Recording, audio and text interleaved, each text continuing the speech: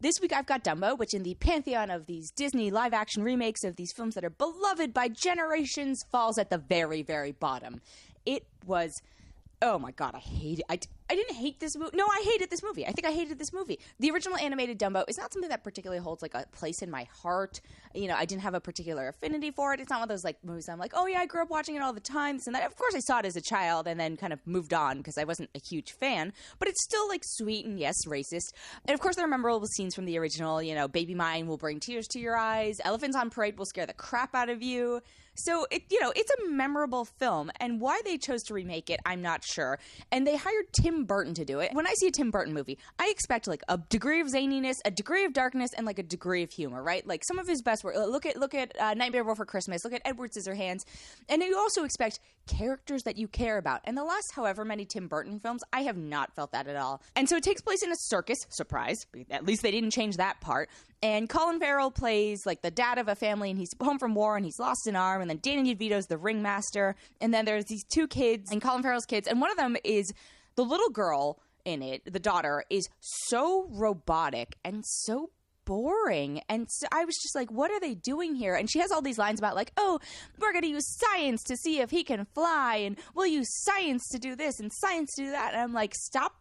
I am so pro-science, but stop force-feeding whatever this is down my throat. Like, there's clearly magical realism in this because it's an elephant who can fly. So trying to bridge that with science, like, I know Disney's trying to do this move where it's like, oh yeah, look at A Wrinkle in Time and how much they focused on the supposed scientific parts of that. Or look at how they kind of adapted the Belle character in the new live action Beauty and the Beast because it was Emma Watson and she was all about, she was not a helpless girl. She was a smart cookie.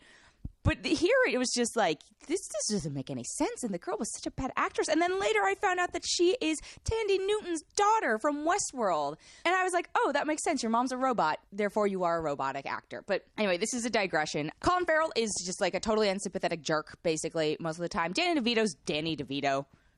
He's always Danny DeVito. It is what it is. And then Michael Keaton and Eva Green show up. And Michael Keaton, it's like, I was like, okay, cool, Batman and Penguin. This is terrible. Like, Michael Keaton is playing this weird kind of Wonka-esque, Burton's Wonka, not original Wonka-esque, like big teeth, like weird crazy hair, second circus, not circus, he owns he's basically Walt Disney, let's be honest. He's Walt Disney. He owns like a Dreamland park. And I was like, did they recycle the sets from the also failed Tomorrowland for this? Because I was like, okay, if I saw Tim Burton design a theme park, it would not be basically Disneyland. And basically they show like Tomorrowland, Disneyland. And again, there were just so many frustration points of like, this should have been unique. This should have been original. If you're gonna remake this film, give me something good. And even like, there's an homage to Elephants on Parade and it's just bubbles, but like, it's not spooky. So, and then finally, the last person in it is Alan Arkin. He shows up as like a bank investor and he has a line in the movie and he just flat out says, this is a disaster. And I could not agree more. Alan Arkin hits the nail on the head. This was a disaster. Do not see this movie. This is also not for kids, really. Like, it's not fun. It's not sweet.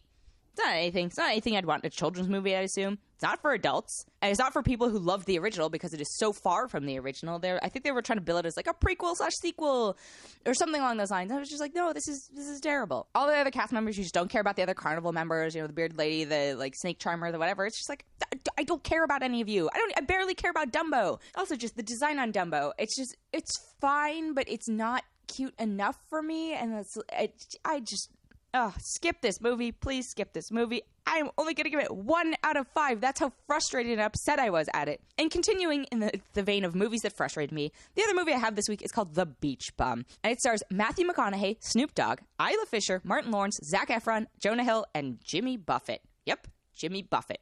And it's directed by Harmony Korine, who there are people who kind of worship at the feet of Harmony Korine. I don't see why. I don't quite understand it. He wrote Spring Breakers, and I think the thing he's best known for is being an actor in Good Will Hunting. So I see this movie, and I'm just like, what's going on here? So it follows Matthew McConaughey, and he plays a character called Moondog, and I basically assume it's just Matthew McConaughey if Matthew McConaughey snapped a little bit. And he's this character who, like, at first you're like, oh, is this guy homeless? And then no, it turns out he's stupid rich, and he's married to Isla Fisher, and he's a writer, and supposedly, is like a brilliant poet, but has writer's block, and just like what they think passes for poetry, and what the lifestyle of this character is. And it's one of those characters where I'm like, yes, you're a terrible person. And for some reason, we are choosing to not hold you accountable for any of your actions.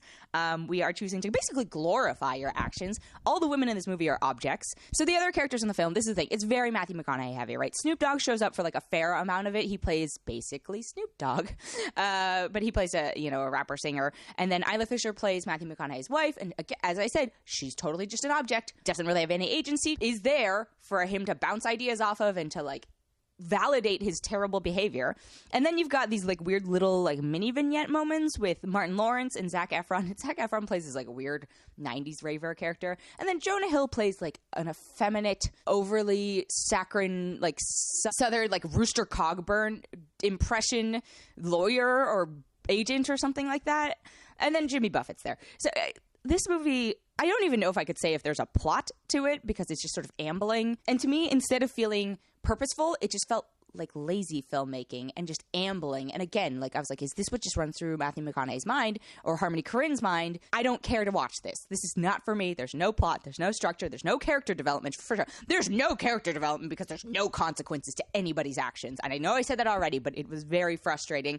And I'm just kind of sick of that sort of behavior. So not going to recommend The Beach Bum. I'm not sure who it's for. I'm sure it's going to... What pisses me off is it's probably going to be aspirational for some assholes out there. Where they're like, yes, I too will amble through life and suddenly be successful because clearly I am so talented that I deserve all these things that are granted to me. No, you don't. Work, like, you got to do the work. And that's the other thing. Like, his character just doesn't do the work.